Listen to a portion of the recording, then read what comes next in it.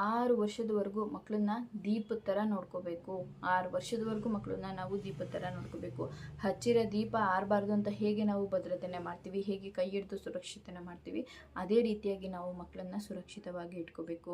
ಯಾವ ಒಂದು ಲೆಕ್ಕದಲ್ಲಿ, ಯಾವ ಒಂದು ರೀತಿಯಲ್ಲಿ ನೀವು ಆಟೋದರ ಆಗಿರ್ಬೋದು, ಬಸ್ಸವರಾಗಿರ್ಬೋದು, ಅಥವಾ ಸ್ಕೂಲ್ ವ್ಯಾನವರಾಗಿರ್ಬೋದು, ನಿಮಗೆ ಗೊತ್ತಿರೋರನ್ನ ನಂಬಿ ಮಕ್ಕಳನ್ನ ಯಾವ ರೀತಿಯಾಗಿ ಬಿಟ್ಟೋಗ್ತೀರಾ? ಅವರು ಚೆನ್ನಾಗಿ ನೋಡ್ಕೋತಾರೆ, ಕರ್ಕೊಂಡು ಬಂದು ಮನೆಗೆ ಸೇಫಾಗಿ ಬಿಡ್ತಾರೆ ಅಂತ ಹೇಳಿ ಹೇಗೆ ನಂಬ್ತೀರಾ?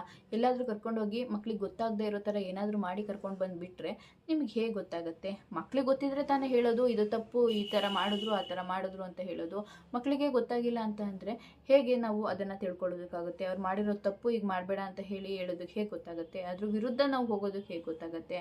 ಮಕ್ಕಳನ್ನ ಸಾಕಬೇಕು ಅಂತಂದರೆ ದುಡ್ಡು ಅವಶ್ಯಕ. ಹಾಗಂತ ದುಡ್ಡು ಅವಶ್ಯಕ ಅಂತ ಹೇಳಿ ದುಡ್ಡನ್ನು ದುಡಿಯೋದಕ್ಕೋಸ್ಕರ ಮಕ್ಕಳನ್ನ ಬಿಟ್ಟು ಹೋಗಬಾರ್ದು. ಮಕ್ಕಳನ್ನ ನಾವು ನೋಡ್ಕೋಬೇಕು.